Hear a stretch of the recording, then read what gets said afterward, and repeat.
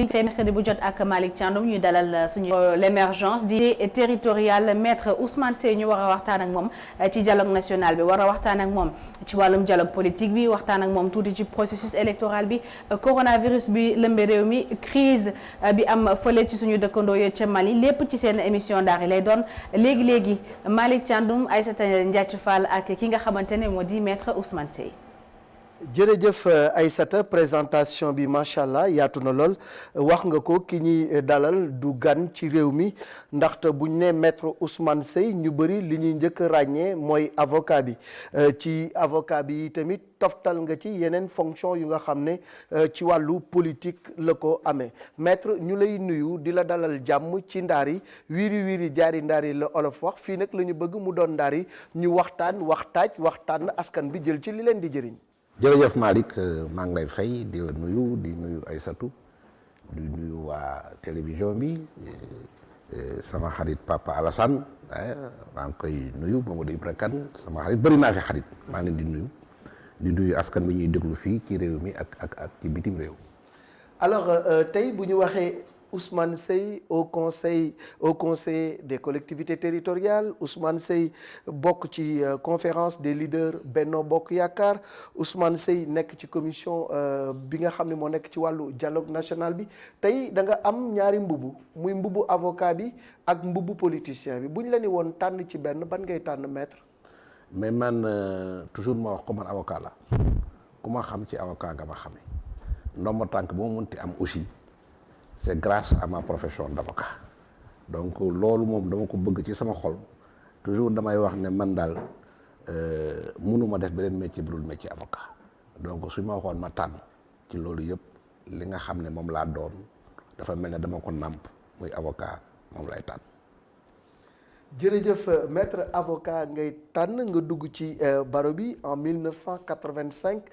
dossier bu nekk jaar na ci sa loxo tey jii ak expérience bi nga am ci mbirum maanaam layoo fan la yóbbu ak tey boo doon xayma chemin bi nga parcourir ci gàttal rek ci ñaari simili balaa Aïssata di dugg ci pàcc bu njëkk bi lan nga ñuy wax.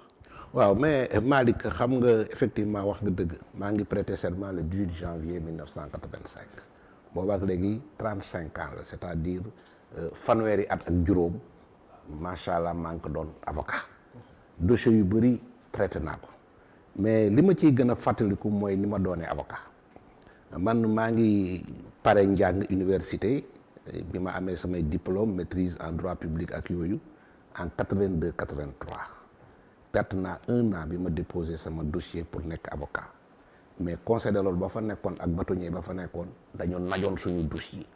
nañu dañu jël benn loi mooy la loi de 84 sur le barreau boobu ñu ngi soog a jël loi boo xam ne moo organiser le barreau les avocats di xaar nag décret d'application bi ñu ne ma yow da ngay xaar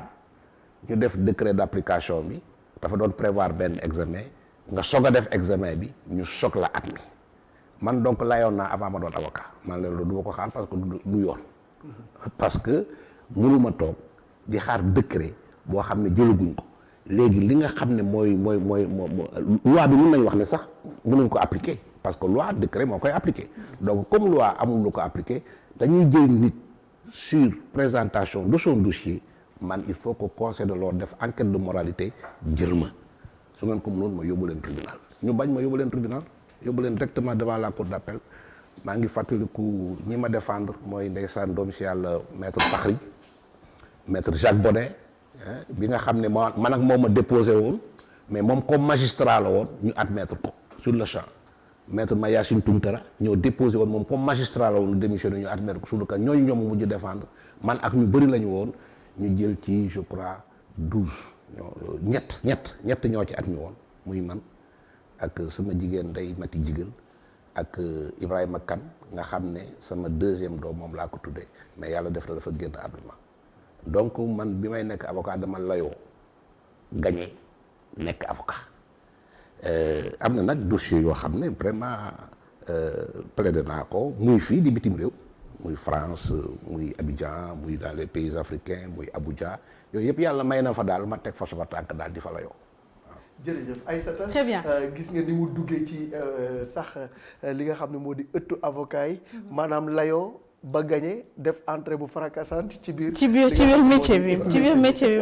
entretien am daf ko def en tant que comme genre professionnel parce que moom bi muy def entretien am sax daanaka mi ngi defaale liggéeyam en même temps alors maître yow nga nekk vice-président au conseil des collectivités territoriales yàggul dara ki nga xam ne moo nekkoon seen jiit daal di génn àdduna muy Ousmane Tanor Dieng lan nga ñu mën a wax ci moom déjà ak su loolu weesoo lan mooy taxawaayu seen structure boobu. waaw kooku nga tudd ñu koy ñaanal yàlla xare ko àjjana muy Ousmane Tanor Dieng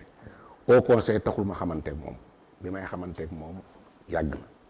na damay rappeler ne man en 99 2000 Abdou Diouf daf ma choisiroon parmi les 7 membres de l'ONEL de l'Observatoire national des élections maanaam pour la première fois au Sénégal ñu dem élection 2000 mu ne dafa bëgg élection yi leer donc il faut que ñu créer benn observatoire pour xam ne observatoire national des élections pour ñuy saytu élection yi pour mu jël mais kooku nag dañ ne woon dañ ciy jël juróom-ñaari nit yoo xam ne ñu maandu lañ duñ def politique amuñ parloo ñoom la ñu jël yàlla def ñu boole Abdou Diouf boole ma ci mais Ousmane Tanor Dieng bu ngeen fàttalikoo boobu moo nekkoon ministre chargé des affaires présidentielles moom laa amaloon ay waxtaan ba vraiment mu bëggoon ma sax dugal ci benn club bu ñuy wax GER boo xam ne c'était l'antichambre du parti socialiste mais boobu wax dëgg yàlla politique waxuma ci dara mu def lu ne ma ne ko man duma ci politique li may wax ni Cheikh Tidiane bi nekkoon conseiller en communication mun na ko seede Ngay Doba mun na ko seede mu def daal ma ne man duma politique ba mu yàgg mu woo ma mu ne ma nag léegi président dafay créer loo xam ne comme yow jàmbur nga bëggoo politique xale nga yaa ngi nekk militant des droits de l'homme vice-président ONDH organisation nationale des droits de l'homme man yàgg naa man dem di layoo ji pour les droits de l'homme ak yelleefu doomu adama parce que Mame Bassine bi ma nekkaloon mooy jigéen bi fi njëkk a créé organisation des droits de l'homme muy organisation nationale des droits de l'homme te moom moo nekkoon sama maître de stage jàngal ma affaire du droit de l'homme ma nekk fii Sénégal gis nga Nelson Mandela bi ngay gis bi mu génnee kaso ñun ñoo ko indi fii am naa photo boo xam ne man moom Mame Bassine ak président Abdou Diouf ñoo lëngoo dem mu recevoir ko ministère des affaires étrangères dem Genève di dem dans les pays africains et tout ça pour boobu nag petit avocat la woon di layoo pour affaire droit de l'homme mu ne ma dañ lay dugal ci observatoire boobu donc loolu grâce à Tanor Dieng mu bëggoon ma trop vraiment recommandé ma ñu dugal ma ONEL observatoire national des élections ñu def fa liggéey bu am solo defaat démocratie loote yi leer tey bu wootee leeree Sénégal ñu koy tudd toujours mais ONEL moo fi def ak général Niani président Carvalho ñun ñi nga xam ne ñoo bokkoon ONEL ñoo xeex ba élection dem defar fichier bi li ci nekkoon ay kii moor ak yu kenn xamut ak ay doublon tout ñoo ko dindi raxas fichier bi am set wecc élection yi jaaroon moo tax Abdou Diouf bi mu demee élection Ablaye Wade gañe ko bu ngeen fàttali ko Ablaye Wade dafa ne woon sax du retiré ji ay carte parce que carte yi ñu ko defale woon carte israélienne la woon waaw man nii li may wax nii Mamadou Diop Decroix mun na ko seede Mbaye Ndiaye bu PDS mun na ko seede man maa jël sama responsabilité au niveau de l'ONEL ñu xoolaat fichier bi li ci lëndëm yëpp ñu génne ko bi ñu ko génne Mamadou Diop Decroix mi moo dem wan ko Ablaye Wade ne comme lii def ña nañ ko annulé nañ ay nit yoo xam ne seen qualité d'électeur wóorutoon man dinaa jëli suma carte bu ñëw fii ci école Point E puis retirer sa carte d'identité ñu doon wax ne dañ ko trafiqué parce que bi ko ministre bi Cissé ndeysaan général Cissé boobu moo nekk ministre de l'intérieur bi mu koy commandé ñun sax ONEL yëguñu ko woon ñun sax defoon nañ communiqué bu doy waar pour condamner ko parce que dañ ko woon yow ministre nga ñun ñoo lay contrôler lépp looy def war nañ la contrôler mais bii voilà mais yàlla def élection yi jaar yoon Ablaye Wade mi amoon doute ci carte yi dem jëli carte am daal di dem élection yàlla def mu dem deuxième tour ak Abdou Diouf muy loo xam ne vivre nañ ko ay moment yu doy waar maître xam naa il faut mu boole ko mi gi ma xam Ndiaye parce que maître pàcc la ci histoire u Sénégal maître maa ngi la ko doon laaj sànq lan mooy njariñu au conseil des collectivités territoriales waaw xam nga Sénégal dafa nekk pays boo xam ne pays de démocratie la non seulement mais dañu jox cër li ñuy wax collectivité territoriale maanaam gox-goxaan yi ca gox-goxaan fu mu am mooy collectivité territoriale mooy maire yi li ñuy saytu ak yooyu dafay am benn structure boo xam ne moo leen di saytu toujours Sénat lay doon Sénat xam nga ni ñu koy former mooy nit ñi ci gox-goxaan la ñuy fal seen représentant yoo xam ne ñoo war a nekk Sénat. tout ce qui est développement territorial territorialisation des politiques publiques ak yooyu yëpp affaire décentralisation ñoom ñoo koy saytu comme assemblée nationale ni muy soytoo gouvernement bi ci seen politique. comme Sénégal dañ supprimer woon Sénat bi léegi nag dafa amoon vide collectivité territoriale amul fu ñu leen amul benn organe boo xam ne foofu la ñu war a leen rattaché. pour ñu leen di dimbale ci textes yi ñuy jël yoo xam ne dafay concerner les collectivités territoriales textes yi ñuy jël nga xam ne dafay concerner la décentralisation amutoon mu doon un vide juridique un vide organisationnel d'ailleurs moo tax président Macky Sall d'ailleurs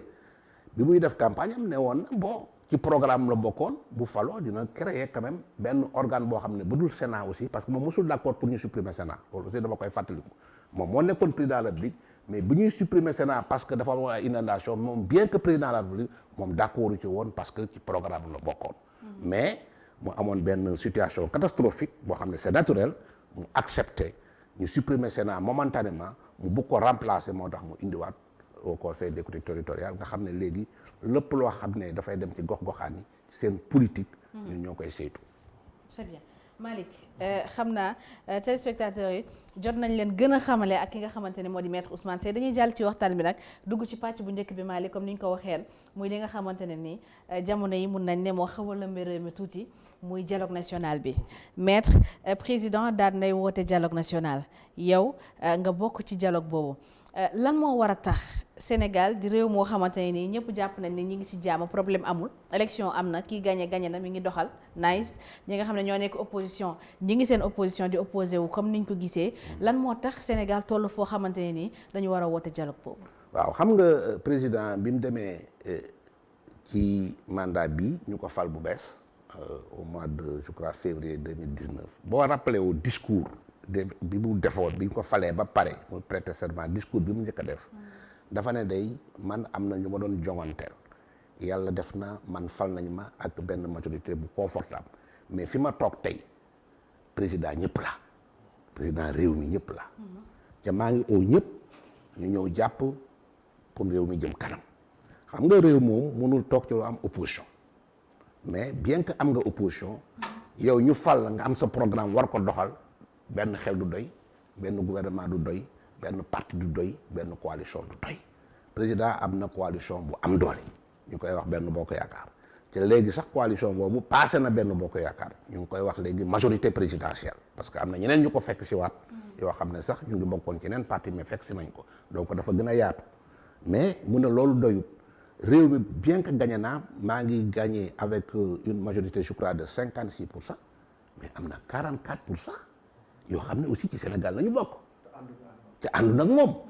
mais il faut mu waxtaan ak ñoom xool pourquoi ñuy ñaxtu pourquoi àndu ñoom moom il faut ñu def dialogue c'est-à-dire que am na xam nga dialogue mooy waxtaan ba jubbo mu ne mu def discours daal di tàllal loxo daal di ne ñi nga xam ne ñooy opposition bi maa ngi leen di oo pour ñu ñëw waxtaane réew mi parce que gis nga réew mi yemul Sénégal réew mi Afrique ci la bokk bu ngeen xoolee li xew léegi ci suñu wet rek ci ay Mali ay Burkina Faso ay Niger presque c'est la sous-région ci la ñu bokk dañ ko dafa xaw a déstabiliser dafa xaw a yëngu àddina bi ci boppam dafa yëngu donc même boo gañee ne da ngay diriger benn réew croiser les bras ne sama yoon nekkul ci réew du yëngu sama yoon nekkul ci àddina bi ni muy yëngoo boo moytuwul kat lii raam ca ñag bala jëm moo tax pour nga aar ko da ngay waxtaan ak nit ñi parce que xel du doy loolu taxoon mu oote dialogue bi mu ootee dialogue effectivement ñu ngi gërëm aussi waa opposition bi parce que presque ñëpp a ko aussi ci benn kuréel bu ñuy wax FRN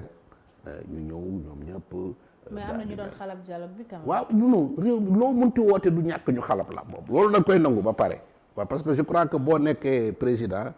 da ngay doon mbonaat rek am carapace lu ñëw rek mën a mais ki boo ci ñu ko doon xalab nag pas des moindres ki nga xam ne moo yëngal opposition Sénégal léegi ci la bokk de. kookan la Ousmane Sonko. ah bon dafa yëngal Sénégal. moo yëngal opposition bi de xale yi nee nañ fi mu ne moo teg tànk ci opposition. boo wootee étonnement ni ah bon dafa mel ni da ngay tuutal Ousmane Sonko li mu représenté ak ni mu yëngale réew mi en tant que opposant. non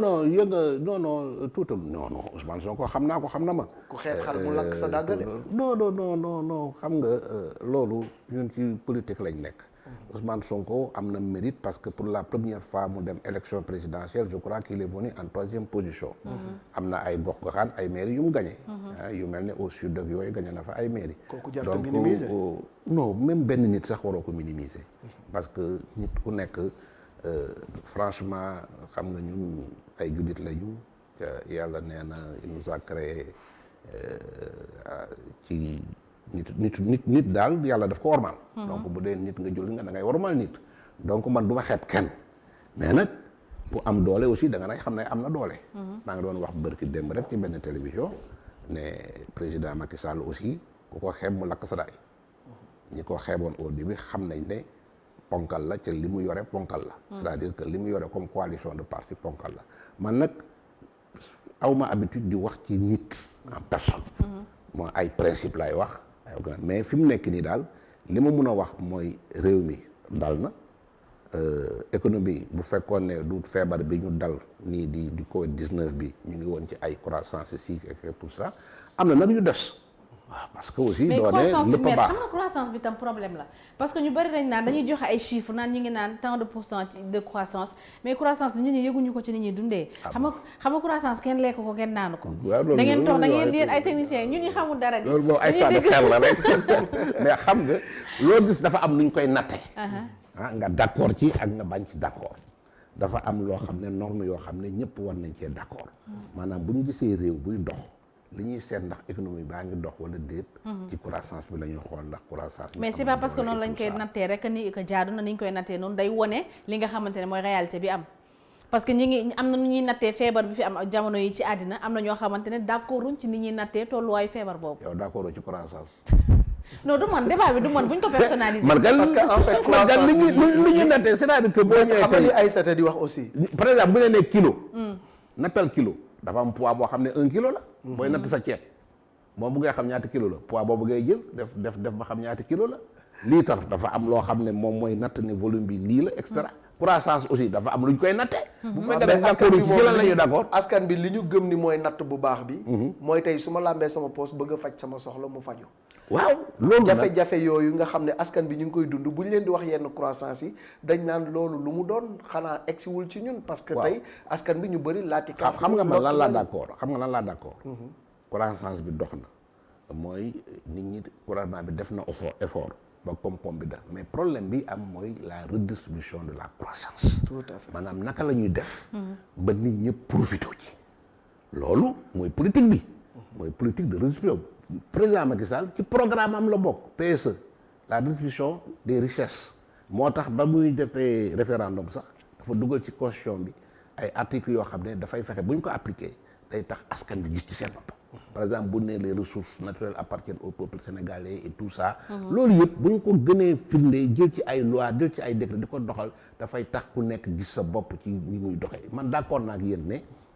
croissance bi du ñëpp a ci gis seen bopp. donc politique bi ñuy def yëpp effort bi ñuy def yëpp. mooy pour fexe ba croissance bi nu mu gën a duunee ku nekk gis ci sa bopp. voilà xam naa loolu digression la rek bu Aïssata dugaloon mais mi ngi woon ci dialogue national bi.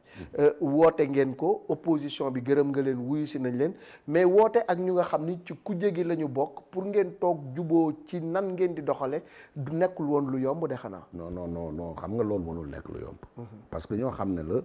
presque bokkuñu gis-gis ñoom ñëpp. parce que boo xoolee dialogue bi toutes les forces vives de la nation dañ fi regroupé wu paysan bi ci la bokk ouvrier yi ci lañ bokk commerçant yi ci lañ bokk industriel yi ci lañ bokk ñu nekk profession libérale ci lañ bokk ñëpp a ci bokk ñoom lañ ñoo bokk ñu defar ay commission yi aussi ñëpp a ci bokk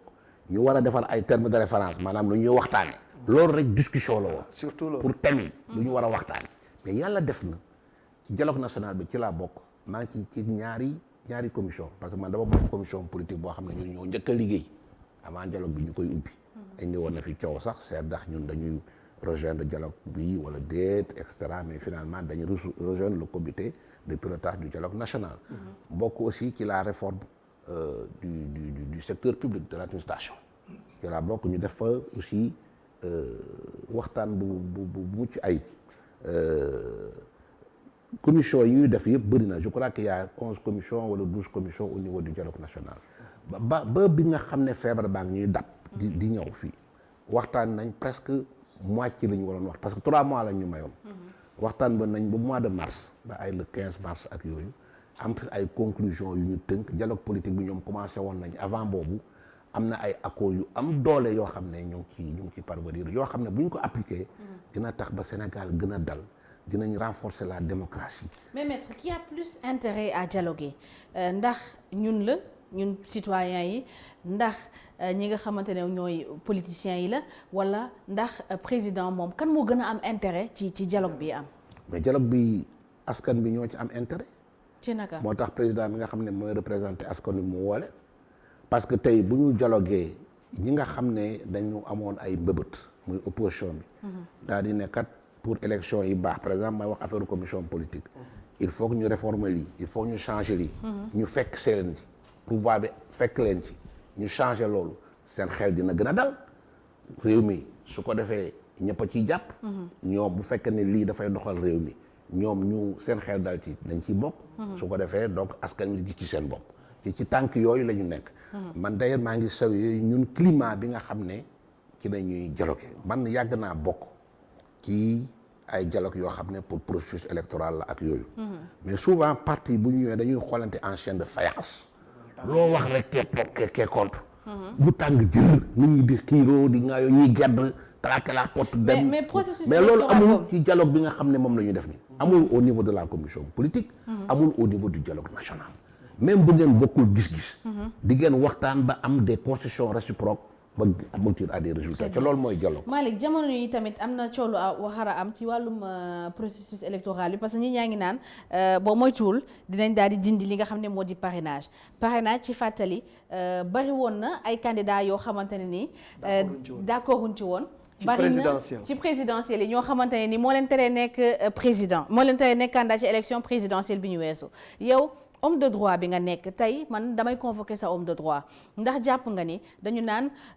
loi dafa nekk loo xamante ne ni dafa am une portée générale ndax jàpp nga ni yoon la ñu appliquer voter une loi appliquer ko ci benn élection beneen élection di ñëw ñu ne dañ koy dindi ndax yow homme de droit bi nga nekk nangu na loolu d'accord na ak loolu. parrainage man ci partisan parrainage yi la woon pour l'élection présidentielle maanaam bu ñuy tànn njiiti réew. ñu def espèce de filtre am na dans tous les pays démocratiques am na ñoo xam ne dañuy dem ne am na ay députés yoo xam ne dañu fal ba pare il faut que nga am ci au moins tant de députés yoo xam ne signé nañ la ne d'accord nañ pour nga nekk candidat parce que kenn mënul jóg rek nekk ka xam nga am na ay élections yu fi ñëwoon loolu sax moo indi ñu xalaat ba indi parrainage je crois que c'était des élections locales candidats yi dañu bëri ba nga xam ne pour nga dugg ci bureau de vote bi pour tànn rek le nombre de bulletins de vote pour parce que dañu da ngay tànn bulletins yëpp soo duggee ci isoloir bi tànn nag ñi nga xam ne pour nga def ko rek tu perds 2 à 3 minutes 5 minutes ñu ne nag am na aussi ay candidatures yoo xam ne vraiment c'était des candidatures farfelues même élection présidentielle fii gis nga fii ay élections yu ñëw ay candidats nekk fii candidat xëy suba police jàpp convoqué leen wala ñu yóbbu leen tribunal ñuy def ay chèques sans provision kenn xamul fu ñu jëlee seen xaalis xamul fu ñu nekk candidat pour rek ne kii Malick Thiandoum kat nekkoon na ancien candidat à l'élection présidentielle du Sénégal. fekk na parce que boo ko nekkee dañ lay defal ay bulletins de vote ngay def say affiche ñu lay invité télévision di la invité ci rajo yi di la jox temps d'antenne ngay wax di wax lu la neex te yow wóor na la mënoo ne président la donc loolu vraiment c'est pas de la démocratie c'était de l'anarchie. moo taxoon il faut ñu arrêter ko président Macky Sall xalaat ci. man mii ci ñu ko encouragé pour ñu def parrainage à l'élection présidentielle ci la bokk parce que il faut mu am filtre mënoo tëb rek ne man candidat la pour l'élection présidentielle ñu wax caution gars yi dem lijjanti yi xamoo duñ koy lijjante am na ci yu bëri yoo xam ne ñun xam nañ nit ñi ñu doon def pour am xaalis pour def seen caution su ko defee buñ paree coow topp leen bon loolu yëpp lañ doon éviter moo tax ñu def parrainage ne pour nga nekk candidat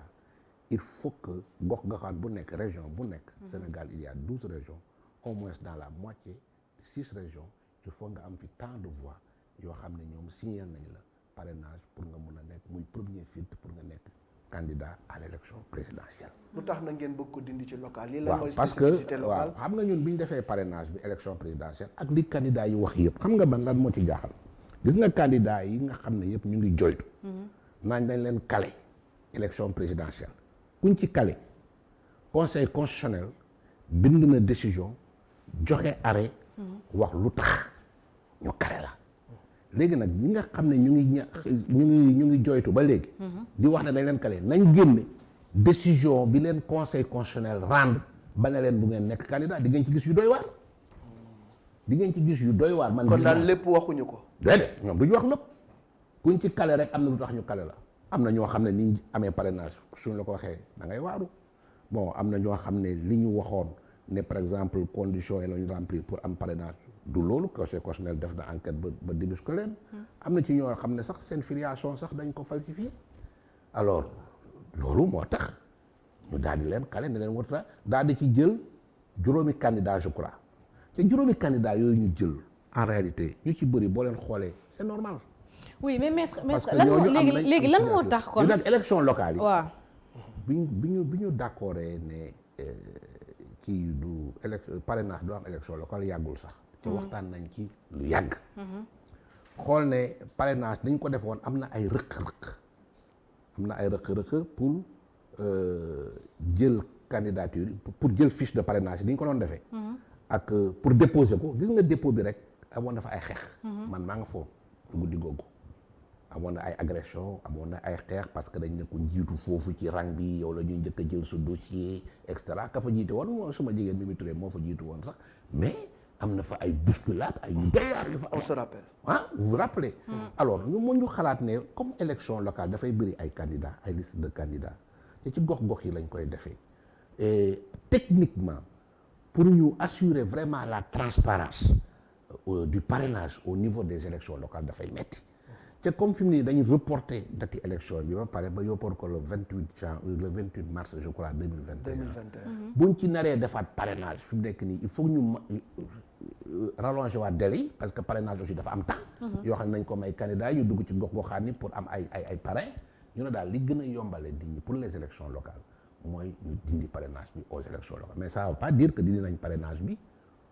à l'élection présidentielle parce que c'est la constitutionnelle on a modifié la constitution pour introduire le parrainage. léegi defaat waaw ay révision constitutionnelle ak yooyu. mais constitution donc le parrainage à l'élection présidentielle ça reste. léegi ci constitution bi parrainage élection présidentielle kese la ñu wax wala élection yëpp. non on avait dit toutes les élections. très bien donc juridiquement. Oui. Est-ce que jaadu na ñuy dindi parrainage bi ci élection locale yi. waaw xam nga ñun li ñuy waxtaanee nii bu paree bu ñu ko tënkee nii par exemple jël nañ ñun ñëpp d'accord nañ ne élection locale du am parrainage. dañu dellu assemblée nationale. laalaat constitution bi. ah oui dañ koy laalaat dindi parrainage bi au niveau local. dinañ de am na yoo xam ne d'accord nañ ci par exemple léegi xam nga bu ñuy falati maire dañ naan. dañ koy le maire est élu au suffrage direct. Il faut que ñu modifier le code électoral dañu delluwaat assemblée nationale moo tax dafa am ay délais yoo xam ne ñun ñu ngi koy essayer di liggéey pour que élection yi ñu tenir ko à date échue sinon il faut ñu renvoyer waat élection yi. mais ñi doon wax parrainage bi jaaru yoon ci élection présidentielle bi maître est-ce que duñ leen yeey bu ngeen defee loolu. ne la non nu ñu yee xam nga élection locale mosul am. parrainage. accès guñ ci woon. mais su ngeen ne da ngeen gis élection présidentielle am na parrainage xam nga da nga wax léegi que da ngeen gis limite yi nga xamante ne nii moo amoon ci parrainage bi pour les élections locales. élection locale wala présidentielle. local dañ ne li am présidentielle. parce que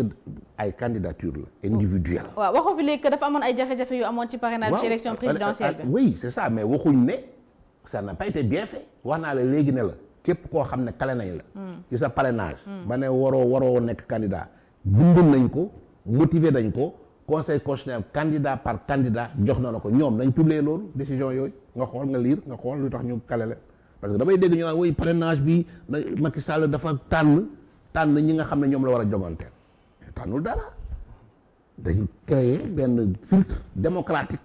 boo xam ne foofu ngay jaar pour nga nekk candidat ñi nga xam ne nag amuñ ay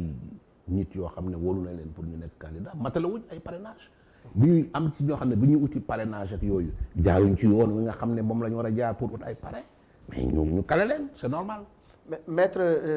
wax nga ko léegi ci sa biir wax élection yi dañ ko dàq ba jëmmi jamono maanaam ba le 28 mars 2021 suñu diggante ak boobu juróom-benn weer moom moo fi des. ca juróom-benn weer yooyu ndax délai yi dina mat pour nit ñi mën a def seen i dépôt de liste parce que 80 jours francs je pense moom la ñu wax. Ensuite war nañu tamit auditer le fichier war nañu def révision un peu du processus électoral loolu yëpp ci diggante juróom-benn weer ndax xaj na fi pour ñu tenir ay élections locales yu jaar yoon. waaw comme ni nga ko waxee loolu dina pour ma prononcer wu dina ci xaw a jafe parce que ça dépend ci liggéey bi ñuy def au niveau de la commission politique du dialogue national. bëgg élection yi ñu tëral ko à date bi nga xam ne moom la assemblée moom la député yi fixé mooy le 28 mars 2021 moo tax président de la République malgré Covid bi mu ne commission politique bi nañ gaawal seen liggéey temps yi la jël décision daal di ne commission politique bi dans les 4 jours là fii ba le 31 août nañu liggéey pour jox ko au moins un rapport spécial pour mun ci sukkandiku pour ñu accélérer liggéey bi ba pare proroger le mandat de la commission du dialogue national de 3 mois. léegi nag liggéey bi ñu liggéey bu fekkee ne terminé nañ ko à temps comme li nga wax dinañ mën a respecter délai yi nga xam ne code électoral moo ko prévoir pour ñu mën a dem élection le 28 mars 2021 mais bu fekkee ne nag ne terminé wuñ ko mu am ay rëq-rëq ak yooyu évidemment duñ ko mën a. mais maire dàq bi ñuy dàqaat maanaam élection yooyu dafay conduire ñi nga xam ni ñoom la ñu fal ci boppu maire yi ak ci boppi collectivité locale yi dans l'illégalité parce que tey ñoom dañu am un mandat électif de 5 ans. Donc bu fekkee ni tey dañoo randalaat ñoom décision yi ñuy jël di ko signer ba fi ñuy wax ni sax am na ñu jàpp ni c'est nul et non avenu et c'est pas conforme à la loi. yow en tant que juriste ban gis-gis nga am. non c'est pas nul bon le principe mooy. ñu respecter le calendrier électoral mais élection locale Sénégal mosul respecter date bi. c'est malheureux mais c'est comme ça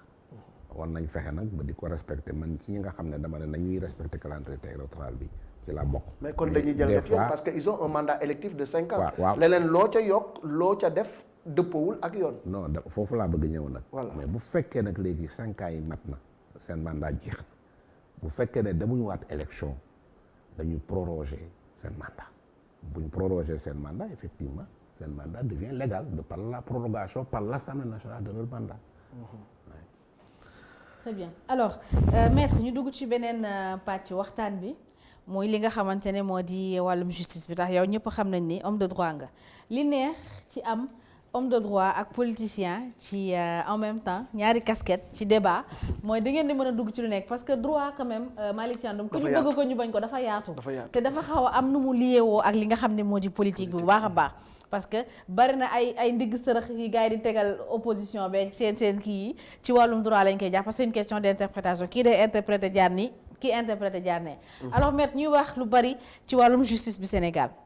yow nga yàgg lool ci macha allah ci li nga xamante ne moo di yoon ci Sénégal doyale goo non xam naa ne yaa ngi ci ba ci kanam yàlla nañ ci gën a yàgg yaa ngi ci ba ci kanam alors maître suñ la ne woon tey nga jàngatal ñu li nga xam ne moo di tolluwaayu justice fii ci Sénégal lan nga ñuy wax. non le principe c'est que effectivement man nitu yoon laa nitu avocat laa ci justice bi laay liggéey justice Sénégal ni ñu ko organisé ak ñi nga xam ne ñoo koy rendre ay magistrats yu xarañ lañ am loolu moom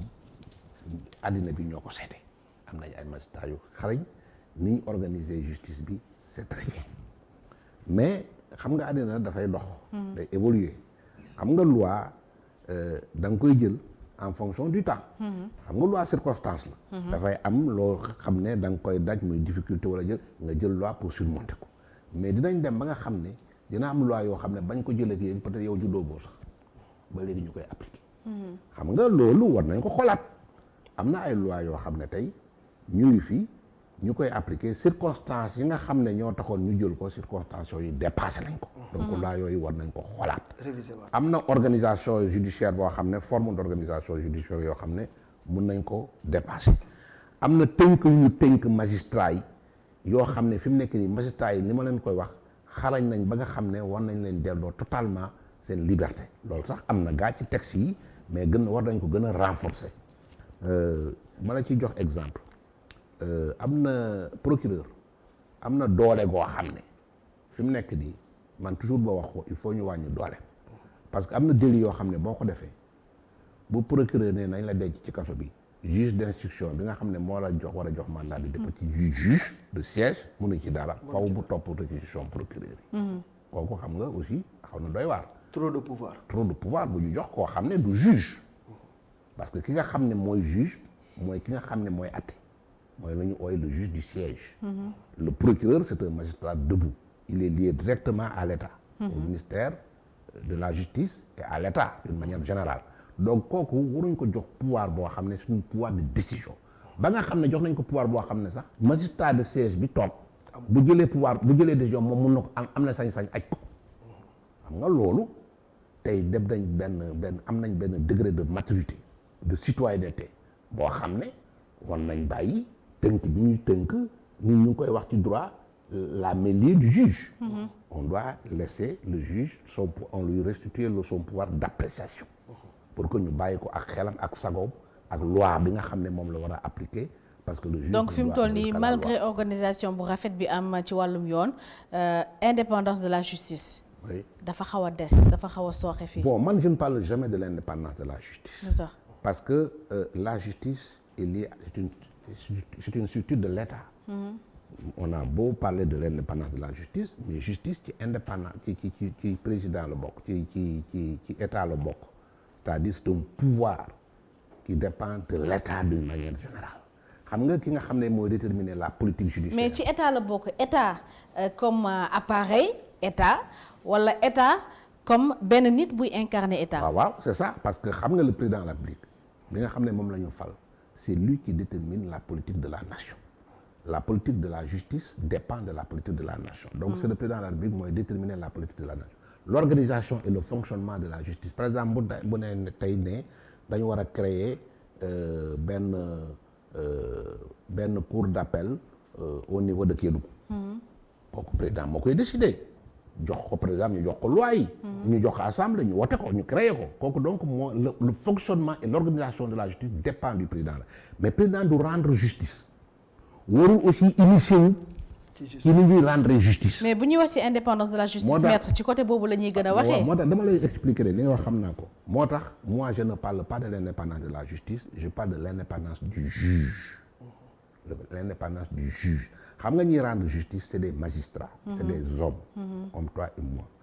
am na ay influence yoo xam ne mun nañ ko am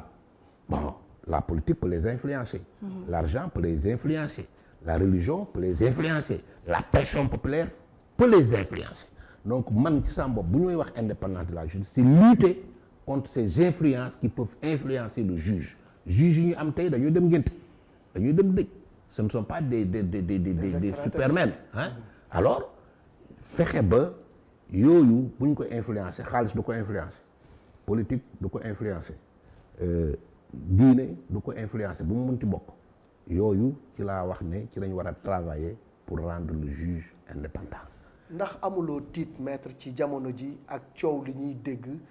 ci magistrature bi tamante dëmm gi fa mbaxana doone benn bu ñu demee ba mbaxana yu bari nekk fa ñun askan bi nga xam ñu ñooy les justiciables fan la ñu jëm. ah loolu kan man wax naa ko ba pare nee naa li nga xam ne moom laa dégg fan yi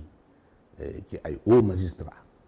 ñuy xuloo à travers la presse à travers presse interposée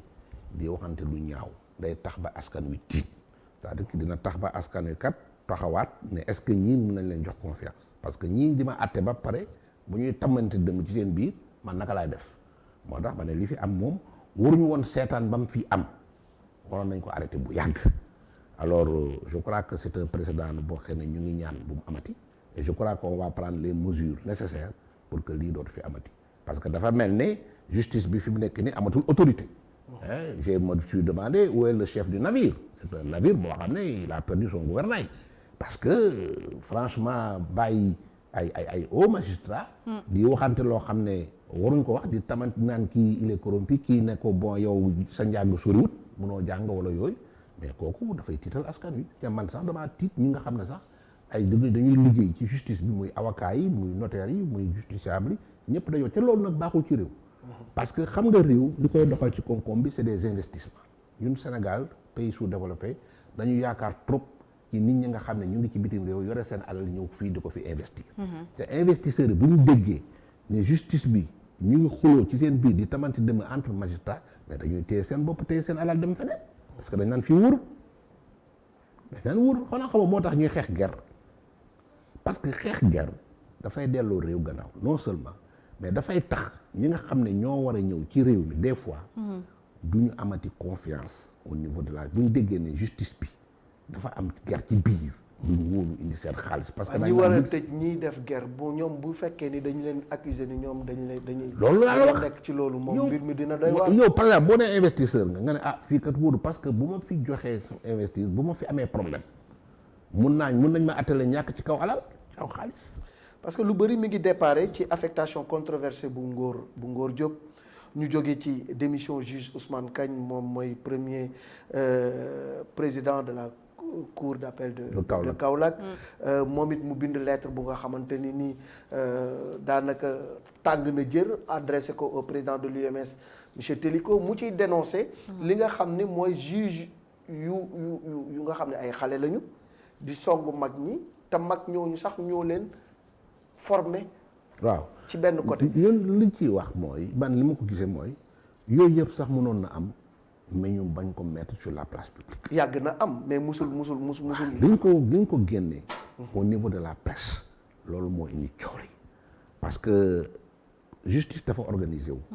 man bi ma njëkkee intervenir ci yëf laa ne justice au moins am na benn direction bu ñuy tuddee direction chargée de l'administration de la justice. ñooñu ay magistrats fa nekk mais lépp loo xam ne dafa xew ci justice bi dans le fonctionnement de la justice.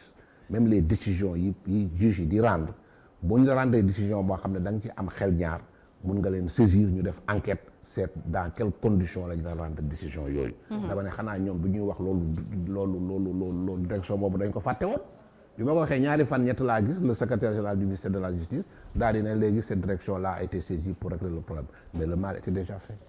mais yaa ngi wax léegi pouvoir exorbitant yi ñu jox le procureur mais am na aussi ci biir magistrat yi ñuy wax ne le pouvoir discrétionnaire bi ñu jox le garde des sceaux ba nga xam ne tey bu ko neexee mu affecté Massemba wala mu sanctionné ko loolu aussi ci li ñu war a càmbaraat la bokk ndax avis boobu ànd nga si. non xam nga man union des magistrats constitué na ma en tant qu'avocat maay coordonné d'ailleurs le pool des avocats nous sommes 5 yi nga xam ne ñoom la union des magistrats jël pour ñu yóbbu ci yoon décision boobu affecté le juge bi ñuy wax Ngor Diop nga xam ne moo nekkoon président du tribunal d'instance de Podor. tout à fait dafa xëy suba ñu affecté ko parce que l'on appelle la consultation à domicile consultation à domicile bu ko conseil supérieur magistrature di ko def mooy loo xam ne dafa teew jàmp ñu war ko régler tout de suite mu jël téléphone am woo les membres du conseil ñu wax ko seen xalaat mu jël décision noonu lañ affecté magistrat bi or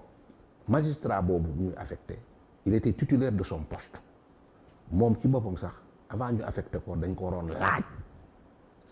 avec parce que il bénéficie du principe de l'inamovibilité xam nga magistrat bu fekkee ne poste bi nga nekk yaa ko moom tu es titulaire de ce poste nga nekk magistrat du siège da nga am inamovible mooy kenn mën na la déplacer foofu ca neexul moo tax ñu lay laaj avant ñu déplacer la loolu amu ci consultation à domicile boobu ñu jaar pour déplacer magistrat bi yoon daf ko dàq ci situation boobu parce que boo bëggee def consultation au domicile pour jël décision dafay nekk lu jàmp que ñun gis nañ kayit yi amul dara lu jàmp loo xam ne jàmp na ba ñu jëlee président d'instance bi jëlee ko Podor yóbbu ko Ndar Saint-Louis pour mu doon conseiller à la cour d'appel bu bëri rëq-rëq yoo xam ne pouvoir boobu ñuy wax ne jox nañ ko ministre bi mais ministre bi mënul jël pouvoir boobu nu mu ko neexee mënul def consultation à domicile pour jël décision bu ko neex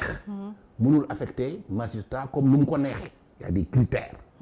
alors toujours magistrat yi nag dañ doon xeex pour ça parce que loolu ça fait partie de l'indépendance du juge parce que juge bi bu toogee place am di xalaat ne ministre bi mun na ko affecté à tout moment par consultation à domicile wala daf ko neex rek mu affecté wala dafa laalaalaake loo xam ne neexul ministre bi tëb daal di ko affecté mais kooku dafay tax magistrat bi du indépendant. moo tax indépendance bi nga doon bañ Aïssata tudd ko dugaat nga ci. donc mel na ni indépendance boobu sax dafa egsi woon ba ci affaire Khalifa Sall bi nga xam ne yow avocat nga ci woon ci côté état bi amoon na arrêt bu jógee CEDEAO. te ñun ñu ratifié lépp lu nga xamante ni dafa jóge ci kuréel googu. mais arrêt CEDEAO boobu lu tax appliqué wuñ ko ci kaawu Khalifa Sall ñu bari dañ jàpp ni.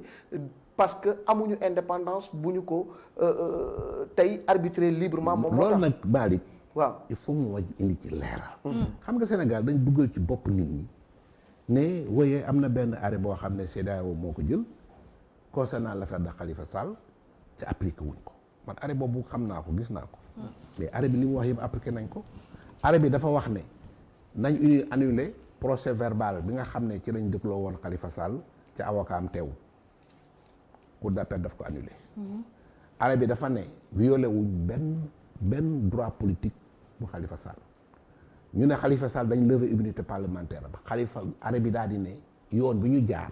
pour lever l'immunité parlementaire de Khalifa Sall yoon la bu baax bi nga xam ne foofu lañ jaar ba arrivé à la levée de son immunité parlementaire. te saa yu jour bu nekk ma dégg ne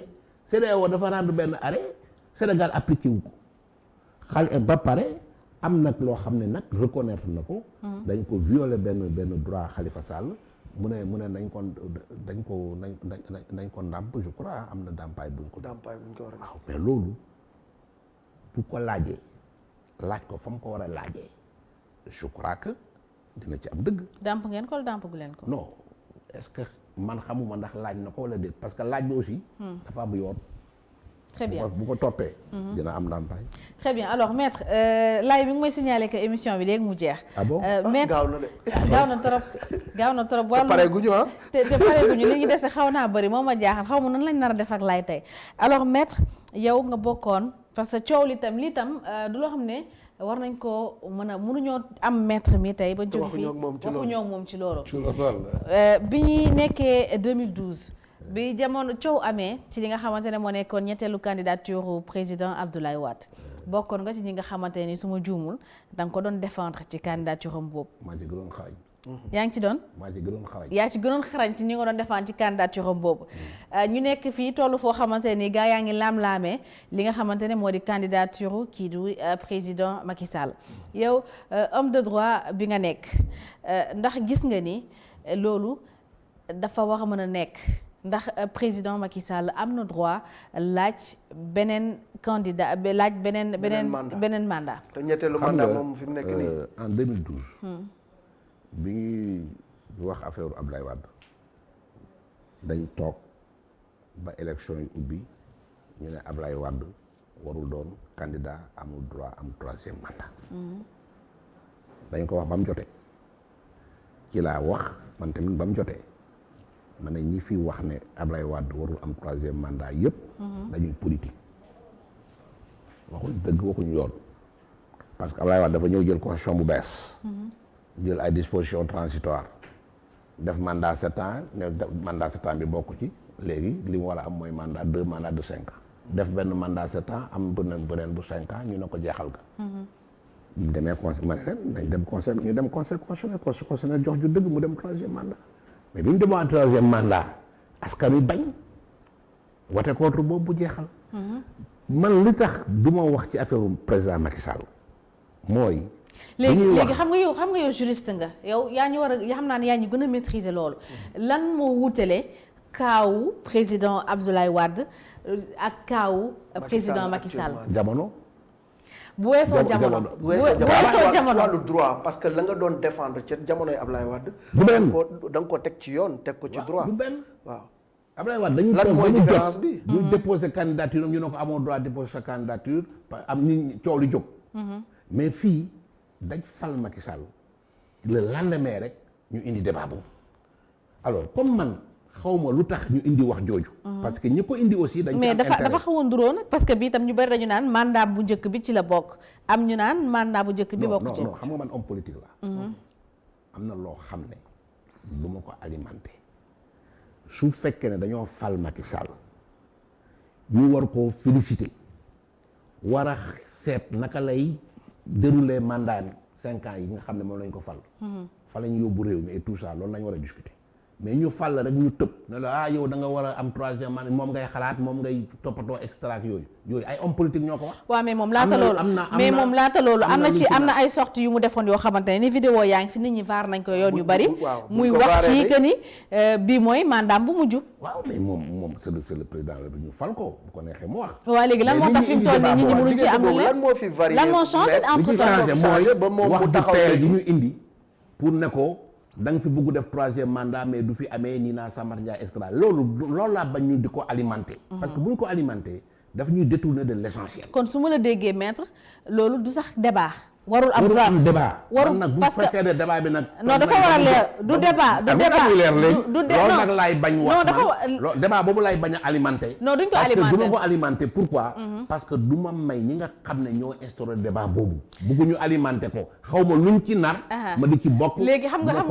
li tax lan moo tax li nga wax intéressant mooy boo nee doo ko alimenter. loolu mooy du loo xam ne jarul sax ñu koy wax parce que du loo xam ne xel waru ko xalaat sax ba nit ñi di ko wax. waxuma loolu de dama ne waxam jotagul. waxam jotagul maître yaa ngi daw nag. non yaa ngi daw nag. xam nga maître yow man lu ma mës a neex si maître. xam nga mooy il a toujours eu le courage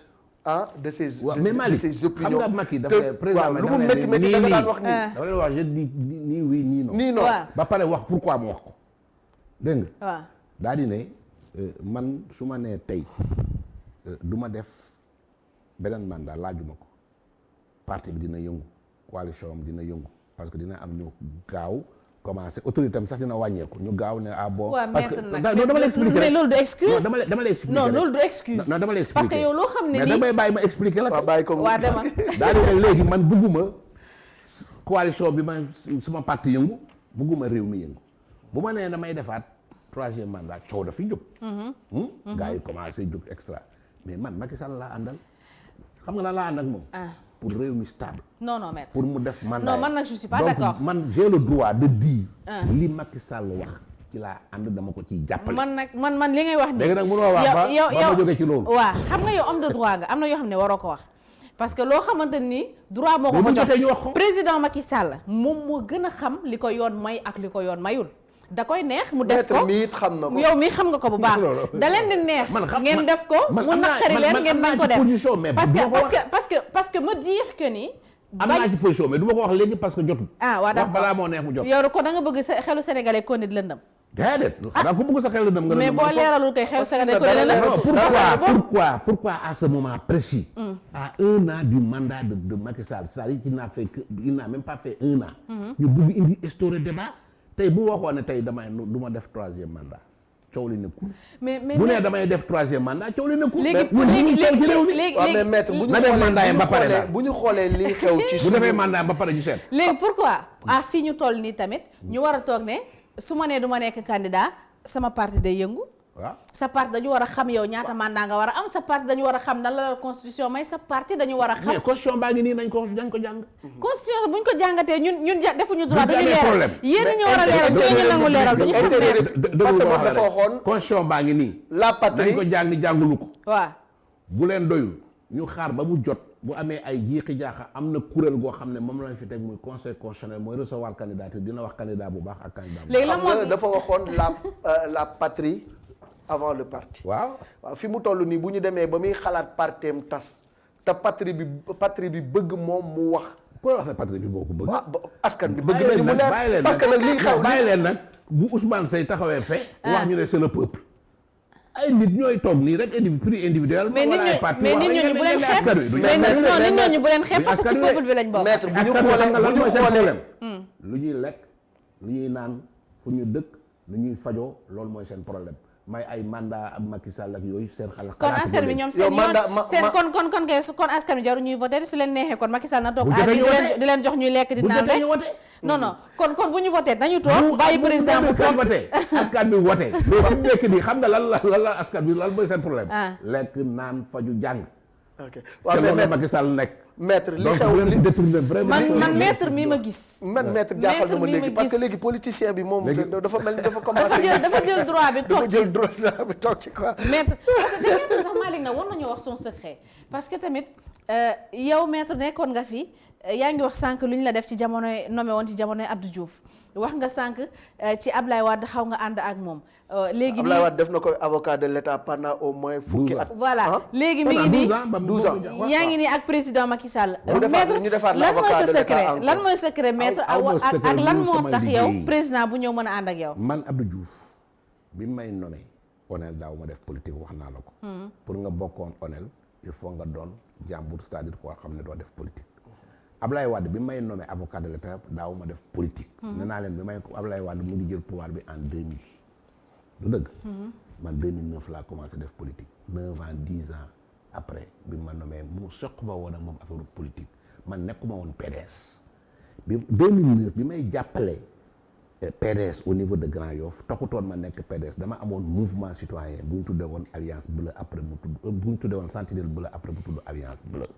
xam nga kan laa seqal politique. par exemple Macky Sall moo fekk may def politique. mais ni Abdou Diouf ni Ablaye Wade sequñu woon politique damay liggéey ñu fay ma nekk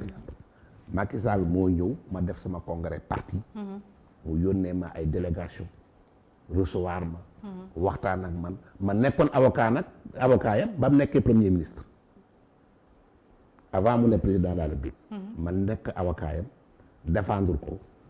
am ak moom jàmm bi mu nekkee au niveau du PDS nekk au niveau de l'État comme premier ministre. comme ministre de l'Intérieur et tout ça ñu amante jàmm. même sama tante ba mu gaañoo fële à Touba ñëw na jaale si te boobu il était dans l'opposition moom Mbaye Ndiaye ak Alioune Badara Cissé. waaw kooku nag bu amee ñu ma doon jàppale aussi PDS mu nekk président de la République oo ma ne ma kay jàppale ma ñu bokk vision bokk lépp du ma ko jàpp. waaw léegi troisième mandat Macky bëggoo ci wax mais bu Ouattara fi mu nekk. non c'est pas la même chose. lan mooy sa position. waaw Ouattara moom. élection yi dafa jot ñu war a def investiture mun a bokkul. choisir candidat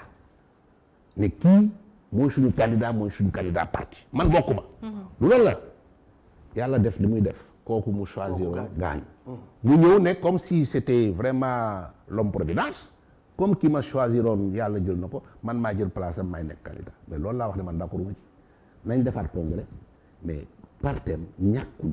ku mel ni moom wala ku ko gën a xale koo xam ne comme moom ne woon na bàyyi na bokkatul kii gaañu na nañ ut keneen koo xam ne mun na ko remplacer mu nekk candidat mais amul droit ñëw ne dafay defaat troisième mandat ci kaw loo xam ne moom moo ne woon du def troisième mandat moo ko waxal boppam. te bi mu koy wax aussi. boobu ci bi mu jotee la ko wax. c'est comme Alpha Condé aussi. Alpha Condé voilà. dafa dem modifier constitution bi mu nekkee au pouvoir pour def buntu pour nekk def troisième mandat mais Macky Sall dafa loolu. Macky Sall kat xamul li muy waaj ndax juriste yi ko yéen li muy waaj yéen am na droit yi ko wër nangu leen sax lu leer. man na dama fi nekkul pour nettali génn jàmm. li xew Mali ban jàngat nga ci am ak ndax yaakaaroon ni tey CEDEAO sax ci li mu doon mébét lajj na ci. lajj waaw man loolu wax naa ci parce que nee naa li xew Mali du léegi depuis 2012 la même avant 2012. Mali terrorisme moo tax vraiment ñun ces institutions normales muy armée bi muy gouvernement bi yooyu teg ci aussi ñu doon reprocher président malien bi une malgouvernance bon loolu yëpp ñu boole ko ak élection législative yi bi mu amee bu yàgg xam nga président malien bi dafa dem élection présidentielle gagné ko kenn contesté wu ko quelque temps après ñu def élection législative bi ñu defee élection législative seen conseil constitutionnel dafa annuler élection lu mat 10 députés yu nekk opposition mu jox ko le pouvoir président assemblée nationale Mali bi ci ñooñu ñu yekkal conseil constitutionnel yekkal parti au pouvoir bi loolu moo tax le peuple malien frustré wu jóg ba am benn mouvement bu ñuy tuddee M5 je crois extra dem ba réew mi jaxasoo mais réew suñu réew yi bu jaxasoo armée bi day jóg armée bi jóg jël pouvoir bi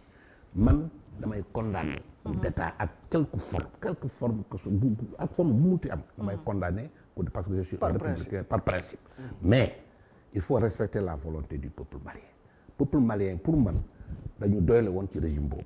donc pour ñu doon wax na Ibrahima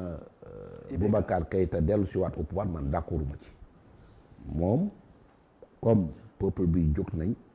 je crois que sax armée bi aar ko nii teg ko fële. moom sax nee na doy na moom. voilà mais nag na militaires yi delluwaat pouvoir bi civil bi. man li ma d'accord mooy. mais il faut que mu am transition. waaw il faut mu am transition mais une transition politique et démocratique. politique et démocratique loolu laa gëm. mun nañ may militaires yi quelque temps 2 ans etc. ñu fortifier les institutions comme c'est des militaires. ba pare defaat le fichier électoral au niveau du Mali defaat ay élections yu jaar yoon. jox pouvoir bi les civils. boole ci aussi bàyyi Boubacar mu libre. Ibrahima waaw parce que dafa feebar ca mag la. vraiment man su ma soñoon libéré ko libéré le premier ministre libéré na ñëpp ñuy jàppoon. embargo boobu nag CEDEAO waxoon. ne dañ koy def contre le Mali man d'accord ma ci. parce que embargo bi bu ñu ko defee askanu malien bi ñoo ciy souffrir parce que tëj frontières yi ak feebar bi nga xam ne ñu ngi ko jàngoontool muy Covid-19. tëj économie koom-koom bi bon loolu franchement. Je crois que ce sera contre le peuple malien. Et je crois que le président Macky Sall l'a su très tôt d'ailleurs. Dégg naa déclaration bi c'est une déclaration vraiment humaniste pour ne vraiment nañ alléger mesures yooyu dans l'intérêt du peuple malien man loolu laa d'accord. Très bien alors maître yaa ngi koy wax léegi ci wàllum Covid-19 bi ci mbas mi nekk ci Sénégal nan nga gisee ni nga xamante ne noonu la état du Sénégal yoree li nga xam ne moo di gestion Covid bi. non ki nga xam ne mooy général bi kay c'est le président de la République. man nee naa mesures yi mu war a jël na ko au temps opportun état bu ñu toll. décision yi mu war a jël na ko léegi li ci des du ma dellu siwaat ci décision yi mu jël. tëj na école yi tëj na église yi tëj jàkka yi def état d'urgence vraiment def mettre sur pied des organes def na plan économique de résilience. teg Covid-19 pour xaalis bi nga xam ne mooy financer affaire bu feebar bi loolu yëpp vraiment dañ ko ci war a féliciter. mais léegi dafa am responsabilité boo xam ne kenn ku nekk responsabilité la parce que bi nga xam ne jël nañ nit ñi ko def demi confinement la sax laa ko mun a waxee. demuñ dikkuñ et tout ça gis nga nit ñaa ngi commencé woon di xaddi transporteurs yi nee nañ woon nañ ne leen bàyyi ñuy dem di dawali seen oto yi di am lu ñu am. dundee wax nañu dëgg.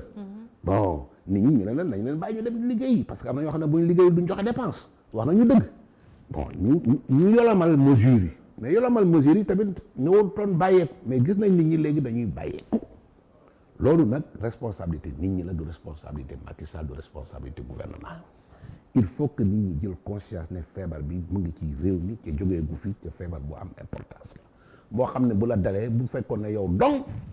yow lay dal nga gàddu ko du am problème mais dalay dal nga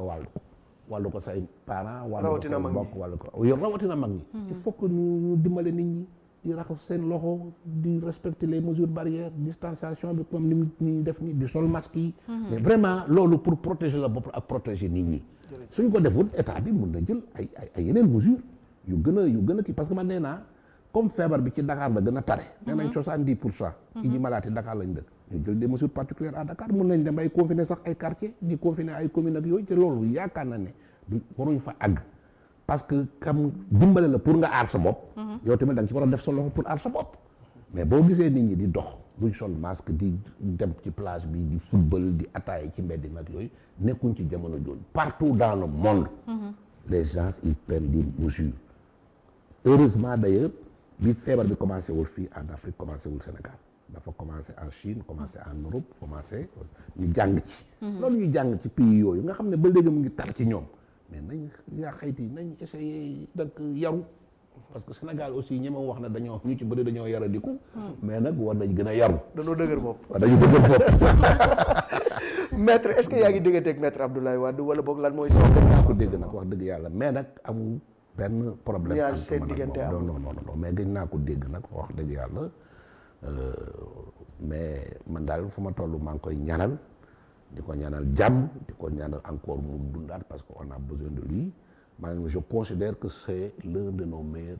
des meilleurs présidents d'Afrique Abdoulaye Wade loo ci mënti wax aussi borom xam-xam la man dama daan ànd ak moom voyage à l'extérieur mais boo gisee ni ñu koy teralee à l'extérieur